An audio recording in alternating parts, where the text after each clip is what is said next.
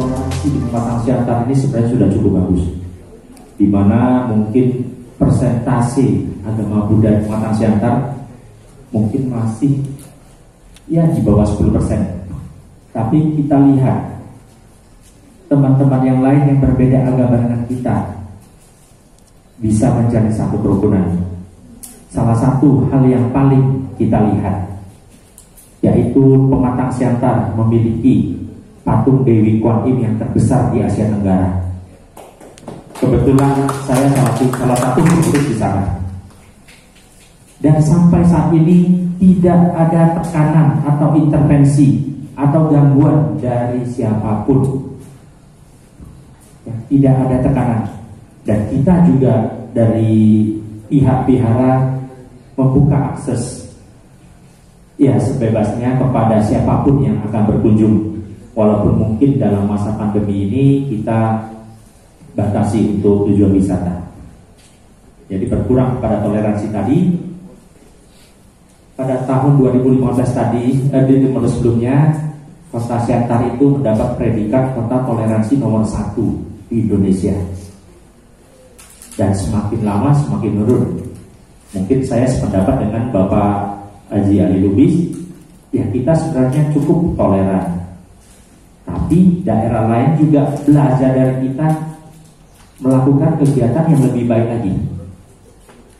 Dan Siantar juga dahulunya terkenal dengan sebutan Siantar Men, di mana mungkin pandangan orang luar itu orang Siantar itu ganas-ganas, keras, banyak premannya.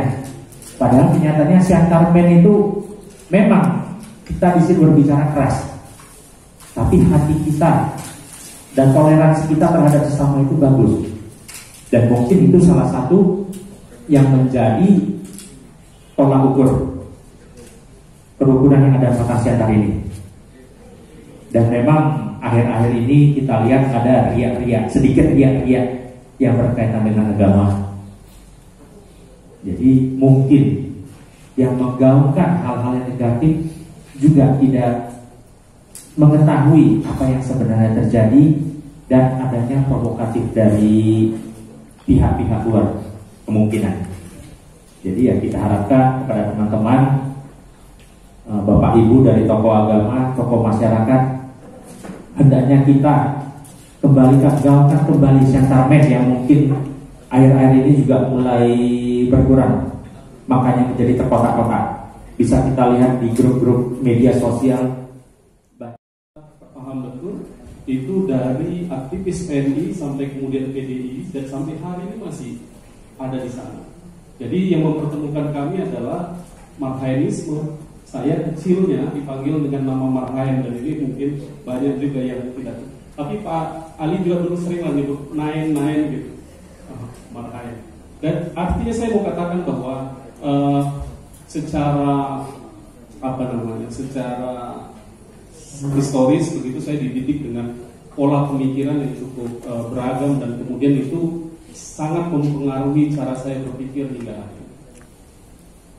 Saya agak panjang memberikan awalan itu karena saya mau masuk pada hal-hal yang sensitif, biar supaya diskusi kita itu menyentuh kepada hal-hal yang sifatnya substantif, menyangkut soal penilaian terhadap Siantar terserabut, terlempar, terbuang dari 10 besar kota toleransi yang ada di Indonesia. Teman-teman, bicara tentang toleransi dikaitkan dengan urusan itu pada kota Siantar, maka kemudian kita perlu sekali untuk merujuk kepada kriteria dibuatnya standar klaim toleransi atau intoleran pada setiap kota. Nah, hal-hal itu kemudian yang harapan saya itu bisa kita runut satu persatu, sehingga kemudian kita bisa menemukan, mengkritisi apakah benar Siantar ini ada pada titik yang intoleran atau kemudian tidak lagi toleran pada skala tertentu. Kalau kita bicara pada kriteria, sesungguhnya saya berusaha untuk mereview teman-teman setara yang kemudian banyak melakukan konferensi pers. Saya coba mengejar betul kemana ini sebenarnya arah penelitian itu, dan kemudian pendekatan-pendekatannya seperti apa. Nah, kota yang paling tidak intoleran dimulai dari Aceh, ya kan, dimulai dari Jakarta dan lain sebagainya. Beberapa tahun terakhir itu merupakan bagian dari proses yang dinamika sosialnya memang mengalami tantangan-tantangan tertentu, dan itu menjadi bagian dari fakta politik kita. Nah, tapi di sisi lain, kalau kemudian kita masuk lagi mendiskusikan itu jadi lebih menarik juga gitu. Oke, saya buru-buru misalnya masuk ke kota Siantar. Betul, ada kasus beberapa waktu yang lalu disebutkan misalnya oleh peneliti Setara itu Siantar ada proses penegakan hukum, yang penegakan hukumnya itu dirasakan berjalan berdasarkan intervensi gerakan. Itu poinnya. Nah, kemudian kan tentu bisa kita uji kalau di situ problemnya misalnya. Yang pertama saya kira tidak ada, menurut saya ya, artinya ini kan diskusi ilmiah karena ini juga ada di kampus. Tidak ada resistensi menurut saya itu kemudian diletakkan kepada faktor penilaian, kemudian kita disebut menjadi toleransi atau tidak toleransi. Karena apa? Misalnya gitu. Yang pertama, sepanjang pengujian apakah kasus itu menistakan agama atau tidak, tentu perlu pembuktian hukum. Dan selama proses itu dikejar berdasarkan proses hukum, maka ya sah-sah saja semua. Dan saya ingin sedikit mengkoreksi istilah persekusi. Tidak ada persekusi dalam kasus tersebut. Karena apa? Yang disebut dengan persekusi adalah pemburuan sewenang-wenang terhadap seorang atau sejumlah warga dan disakiti, dipersusah atau dipersulit. Jadi diksi persekusi tidak relevan dalam persoalan itu, dan kemudian setelah diproses secara hukum dan kemudian dibatalkan hal tersebut begitu, dan kemudian persoalannya menjadi clear, tidak ada lagi perlawanan dan lain sebagainya. Nah, maka saya ingin katakan bahwa mungkin momentum penelitian ini kemudian didorong kepada opini publik yang sedang berkembang saat itu, tentu akan mempengaruhi penilaian. Maka saya sepakat sama Pak Pendeta, saya sepakat dengan Ustadz saya, Bapak Muhammad Ali Lubis, bahwa kita ini sebenarnya tidak dalam persoalan yang mengkhawatirkan dalam konteks toleransi. Selama prosesnya ditempuh pada jalur hukum, karena memang ada delik penistaan agama yang bisa dimanfaatkan oleh siapapun pada saat nanti dibutuhkan, maka kemudian biar saja berproses pada proses hukum itu. Nah, kalau kemudian nanti misalnya jaksa memutuskan ini tidak bisa dilanjutkan dan kemudian tidak ada perlawanan yang lebih, kalau misalnya ada langkah pra peradilan, sepanjang itu persoalan itu diakomodir dalam konteks hukum, menurut saya juga tidak ada persoalan yang berlebihan. Gitu. Nah, dan ternyata kelihatannya panitia ini memang galau ya, galau cemas terhadap terlemparnya di mana Siantar tadinya nomor 1 2015, nomor 3 di 2017, dan terakhir kita yang bisa mendeteksi tercatat di 10 besar. Menarik sekali, Pak. Yang saya harus pahami di sini, perlu kita duduk sama. Inilah yang mengantarkan kita kumpul di sini. Ini sebuah, katakan, efek atau bias dari penilaian sebuah lembaga. Perlu kita pahami lembaga sebenarnya itu ada 3 yang membahas tentang toleransi. Pertama, Kemenak sendiri itu dibagi 4. Jelas dia toleransinya adalah soal agama, kerukunan umat beragama yang begitu baik. Yang kedua, ada Badan Pengkajian Pancasila. Badan Pengkajian Pancasila ini juga membahas tentang kerukunan umat beragama. Dan terakhir adalah Setara University, dan ini menjadi sebuah patokan kita karena beliau di dalam konteks Setara University itu cukup banyak penilaian. Parameter pakem-pakemnya itu luar biasa. Mulai daripada kerukunan umat beragama, tingkah laku kita sebagai umat yang bertoleransi enggak di tengah-tengah kota yang heterogen begini. Dan juga mereka melirik bagaimana pemerintah bersikap tentang toleransi ini. Apakah dia berupa katakanlah kebijakan, pengumuman, atau cepat menanggapi tentang berbagai bentuk yang ada di masyarakat kota ini. Jadi katakanlah pemerintah menjadi kunci, menjadi panutan. Seperti yang dikatakan oleh Pak Pendeta tadi, benar. Mungkin salah satu indikasi bisa. Kedua, tidak cepat tanggapnya pemerintah melihat keresahan-keresahan yang hidup di masyarakat kota. Tolong dipahami, kota itu adalah masyarakat heterogen, masyarakat plural. Dia jauh lebih berat dari kabupaten yang sifatnya homogen. Di sana ada pertemuan budaya, di sana ada pertemuan beberapa pakem-pakem yang berbeda. Dan saya tidak mau katakanlah sudah cukup kalau soal agama.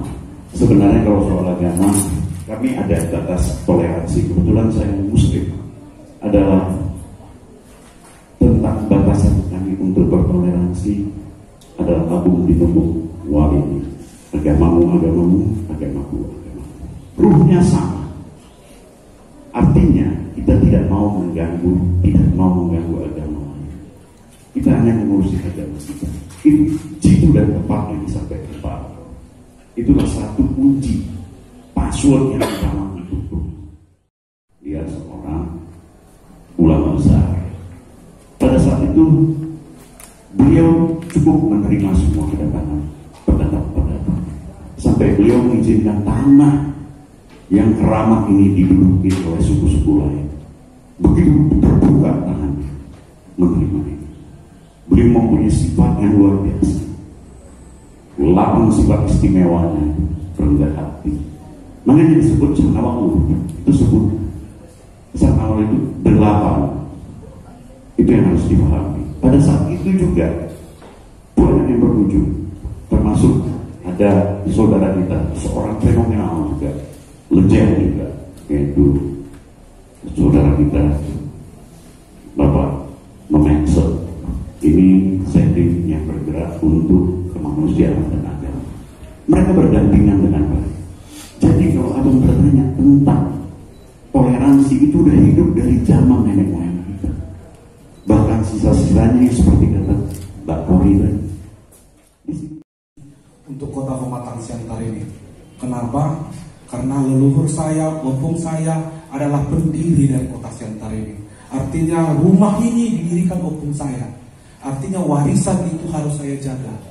Makanya saya harus bersuara. Harus kita sadari bahwa kita berdiri di kota Pematang Siantar. Pahami. Artinya kalau kita berdiri di kota Pematang Siantar, ada hal-hal yang perlu kita jaga. Yang pertama, selain toleransi, ada yang namanya kearifan lokal.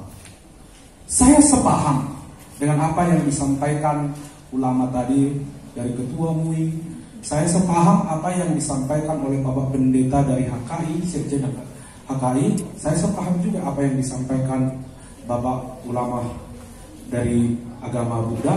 Begitu juga abang kami, Bang Gus Miyadi, sepaham. Apa yang mereka sampaikan itu benar. Tapi ketika mereka berdiri bukan di Siantar. Ketika yang disampaikan tadi kita tidak berdiri di Siantar, itu benar. Tapi ketika kita berdiri di Siantar, salah satu saya mengkritisi, memang benar. Kita tidak boleh mencampuri agama orang lain. Tidak boleh kita usik. Tapi saya kan manusia.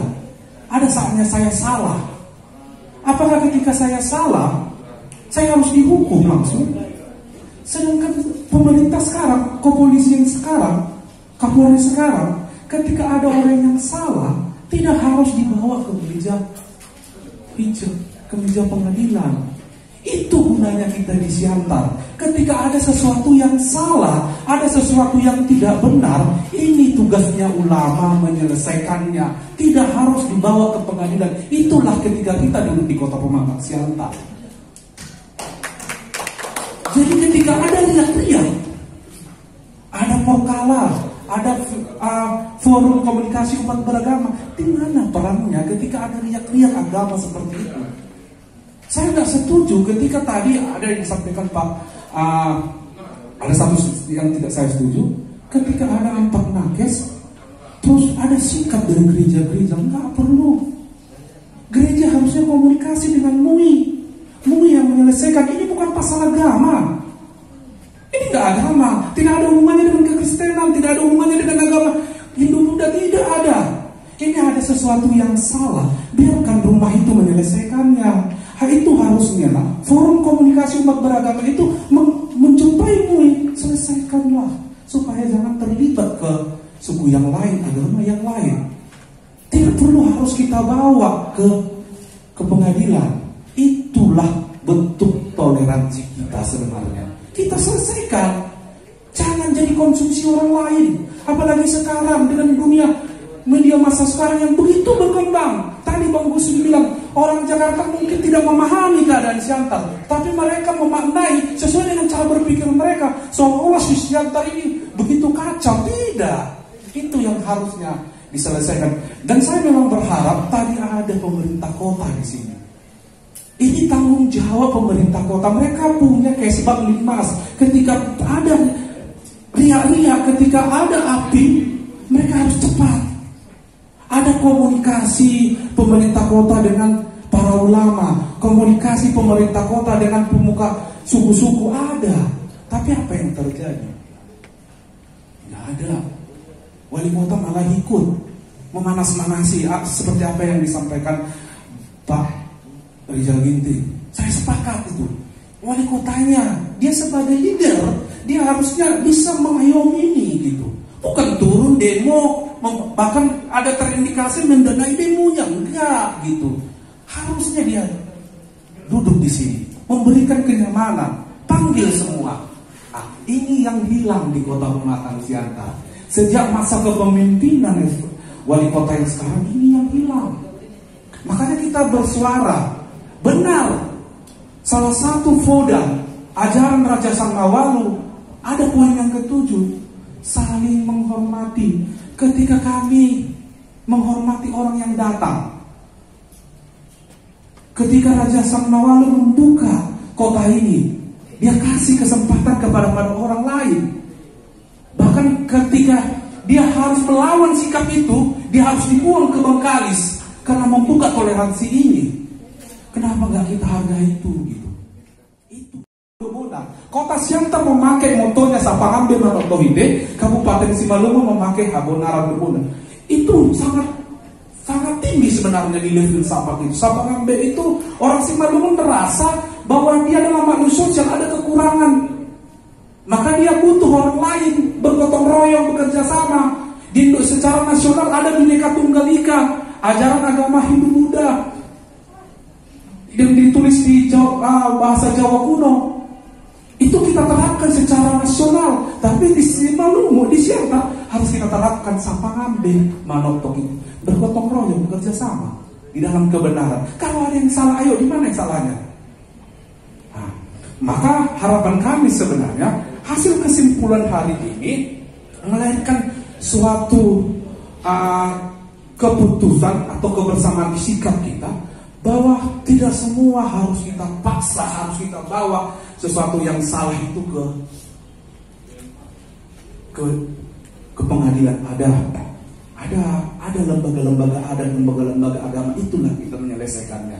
Yang kedua, harus ada ciri khas kota ini. Kita harus menjaga kearifan lokal. Seperti apa yang disampaikan Pak Ginting, harus kita hargai dong. Mata kuliah tentang itu.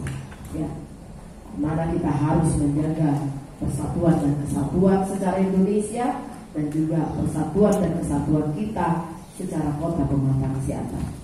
Anak-anak mahasiswa di sini dari beragam agama, memang hampir 65% adalah dari Muslim.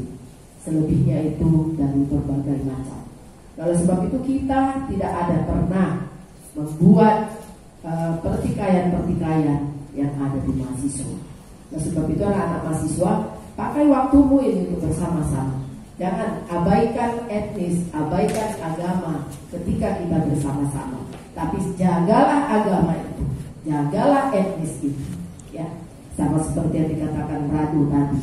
Ya. Nah, nanti mungkin pesan kepada Ibu Wali Kota, lanjutkan lagi ya, untuk penghargaan yang setinggi-tingginya kepada pendiri kota ini.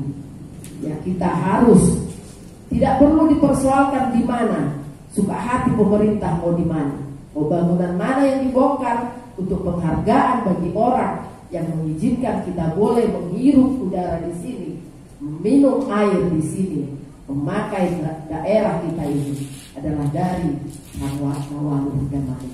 Ya, kita harus membuatnya itu menjadi realisasi nantinya di kepemimpinan Ibu Wali Kota kita. Seorang ibu pasti dia lebih bisa menyadari tentang itu. Nah, yang kedua, saya juga menginginkan setelah nanti pada saat mungkin pelantikan Ibu Wali Kota, kita buat nanti doa bersama seluruh agama bersatu padu melaksanakan acara itu. Nah, yang kedua, bagaimana nanti kita melaksanakan adanya pesta-pesta rakyat dari semua etnis yang ada, semua kultur budaya yang ada. Buatlah daripada kosong itu lapangan Simarito, ada di situ gedung balainya. Buatkan di sana malam kesenian Simalungun, semalam di Toba, semalam di Mandailing, semalam di Padang atau etnis mana saja, dan bahkan juga kebudayaan-kebudayaan teman-teman kita yang lain dari etnis yang berbeda, bukan. Itu semuanya menjadi warna-warni daripada kota ini. Jadi ada, kalau tadi memang ada kita beraneka ragam warna, kita akan bisa duduk-duduk melihat. Di situ ada kopi, di situ ada teh manis, ada jagung bakar. Di sana kita menonton bagaimana orang-orang etnis-etnis yang berbeda dengan kita menonton di sana. Itu yang saya rindukan. Dan peran mahasiswa juga, peran orang muda juga. Mari sama-sama ya, kita hidup di sini, kita buatlah kota Siantar kita ini menjadi kota yang sangat baik. Terlebih kita harus ingat bahwa jalan tol tidak melewati kota Siantar. Apa yang membuat kota kita ini menjadi menarik sehingga orang lain akan datang ke kota kita. Ya, itu yang harus kita buat. Ada ciri yang baru di kota kita ini, merawat keberagaman yang bersama-sama. Kita mau untuk itu, ya. Dan juga seperti tadi, buatkan diskusi-diskusi para tokoh-tokoh agama, para tokoh-tokoh budaya bisa bersama-sama di sana. Kalaupun kita keluar dari kota toleransi, kita tidak peduli dengan itu, tapi kita tetap adalah kota yang bertoleransi tinggi. Biarlah penilaian tinggal penilaian, itu hanya penilaian-penilaian menurut versi dari beberapa orang. Tapi yang penting bagaimana kita merawat kota kita ini biar terbuang untuk kita, seperti yang dikatakan oleh Bapak dari MUI tadi. Mungkin kita orang lain yang sudah, ya, kita nggak perlu lagi untuk itu, karena keberagaman itu sudah menjadi milik kita dari dulu. Jadi toleransi tidak perlu kita katakan bahwa Siantar tidak kota toleransi dengan terlempar pun kita dari penilaian itu. Tapi kita mari bersama-sama, semuanya kita, tokoh apapun dia, pendidikan dan yang lainnya, mari kita bersama-sama. Perbedaan itu sangat indah.